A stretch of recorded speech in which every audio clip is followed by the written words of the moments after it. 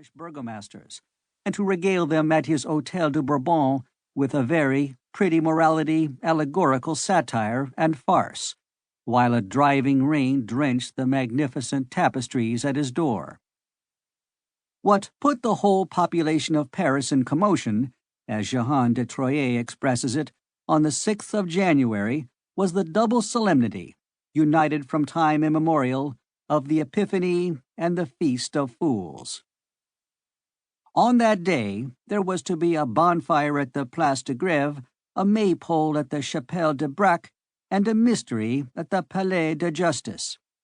It had been cried, to the sound of the trumpet, the preceding evening at all the crossroads by the provost's men, clad in handsome, short, sleeveless coats of violet camelet, with large white crosses upon their breasts. So the crowd of citizens, male and female, having closed their houses and shops, thronged from every direction at early morn towards some one of the 3 spots designated. Each had made his choice, one the bonfire, another the maypole, another the mystery play.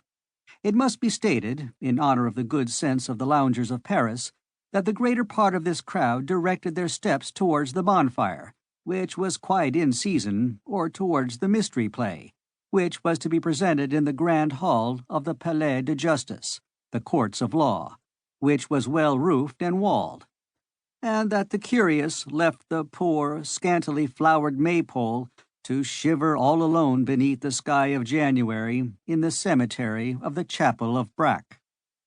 The populace thronged the avenues of the law courts in particular, because they knew that the Flemish ambassadors, who had arrived 2 days previously, intended to be present at the representation of the mystery, and at the election of the Pope of Fools, which was also to take place in the Grand Hall.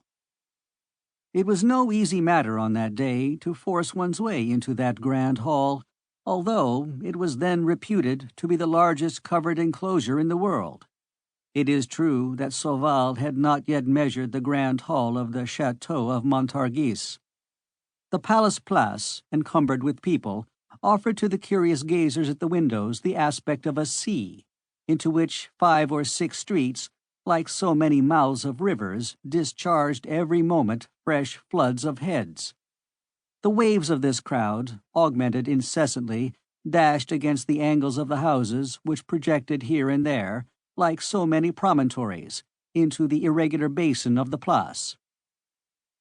In the center of the lofty Gothic facade of the palace, the grand staircase, incessantly ascended and descended by a double current, which, after parting on the intermediate landing place, flowed in broad waves along its lateral slopes.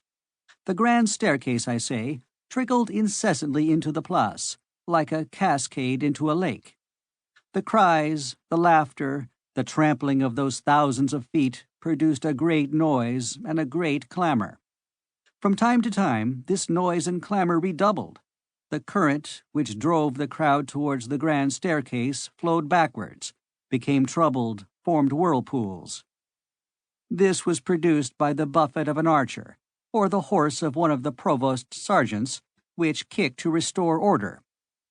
An admirable tradition which the provostship has bequeathed to the constabulary to the maréchaussée, the maréchaussée to our gendarmerie of Paris. Thousands of good, calm bourgeois faces thronged the windows, the doors, the dormer windows, the roofs, gazing at the palace, gazing at the populace, and asking nothing more. For many Parisians content themselves with the spectacle of the spectators, and a wall behind which something is going on becomes at once, for us, a very curious thing indeed.